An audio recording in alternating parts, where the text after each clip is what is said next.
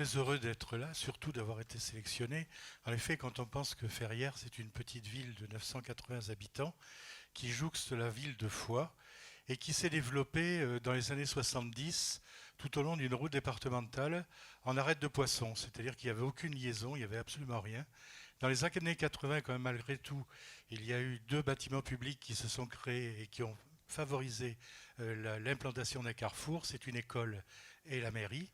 Donc à partir de ce moment-là, une réflexion s'est engagée surtout au niveau du PLU. Donc il s'agissait de créer une réserve foncière de manière à préparer le devenir, notamment ce cœur de village. Donc ce cœur de village avait pour objectif d'être un signal fort avec une architecture de qualité, et c'est ce qui a été fait au niveau de ce concours. En outre ce problème, il fallait accueillir une épicerie pizzeria, une coiffeuse, des infirmières, des assistantes maternelles et une profession paramédicale. Ça, c'est la première phase. La deuxième phase, c'est de retrouver aussi un groupement de paramédicaux qui se fait en liaison avec l'ordre des médecins, plus 11 logements qui viendront compléter cet ensemble. Globalement, on a réussi notre opération pour l'instant, puisque la première tranche a été inaugurée vendredi dernier. Nous sommes très satisfaits du travail qui a été réalisé par nos concepteurs, qui ont été choisis au niveau de ce concours, surtout par leur expression et notamment ce marquage très fort qui pouvait donner un signal quand on traversait ce petit village. Après, si je fais un peu de provocation, sur le long terme, il est évident que ce type de village, quand ils sont juxte une ville un peu à côté, seront englobés dans quelques temps.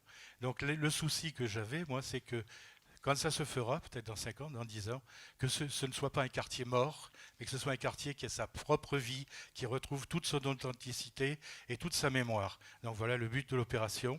Maintenant, je laisse la parole aux concepteurs, c'est eux les plus importants.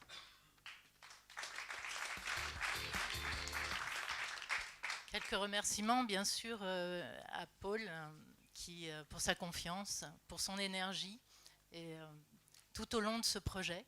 Il a été moteur. Alors, il ne l'a pas dit, mais c'est un architecte.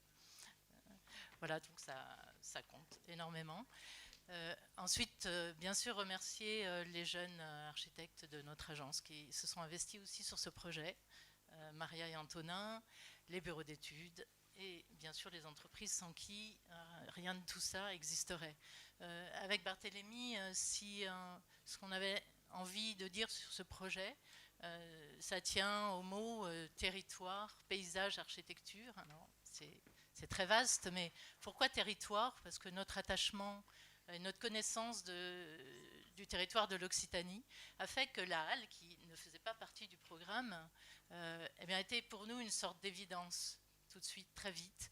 D'abord parce que, à cause de toutes ces bastides dont elles occupent le cœur, qui était le centre commercial à l'époque du Moyen-Âge, donc ces villes nouvelles du Moyen-Âge, et qui aujourd'hui continuent à faire l'identité, une entité marquée, une centralité, une identité forte, de ces lieux.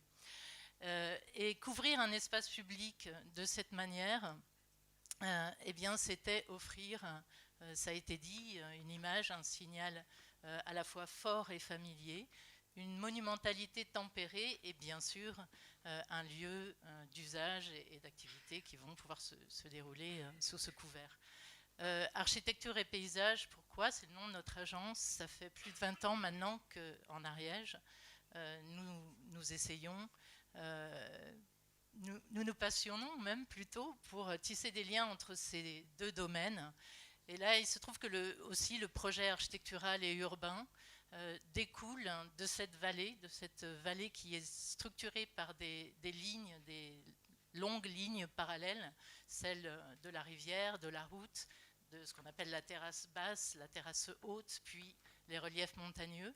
Et donc le choix d'installer ce bâtiment halle en bord de la route, c'était effectivement pour offrir, à la fois en venant depuis la ville de Foix, qui est la grande ville du coin, il y a effectivement une profondeur de champ, des jeux de lumière et d'ombre aussi, c'est important.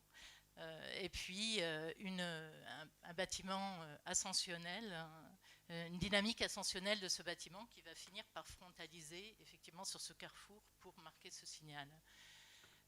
Et en même temps de permettre une vue sur les terrasses hautes du village. Précisons le rôle du végétal peut-être pour terminer, qui va qualifier les micro-paysages de ces espaces publics, puisque c'est donc une architecture très urbaine. Un arbre roi sur la petite placette au carrefour, une ligne de CP assez diaphane pour laisser voir la qualité architecturale et en même temps pour atténuer la présence de la route. Également une ligne d'ombrage sur le parking avec la moitié du parking en mélange terre-pierre enherbé pour qu'à d'autres moments ce soit autre chose qu'un parking, bien sûr, se l'approprier. Et puis pour finir, un toit végétal qui permet, il a d'ailleurs déjà bien pris, de fondre le bâtiment depuis le haut du village et aussi d'offrir, on espère, un couvert délicieux à tous les oiseaux de la vie. Merci aux défis urbains, merci à Innova Presse, au jury d'avoir distingué un petit projet en territoire rural.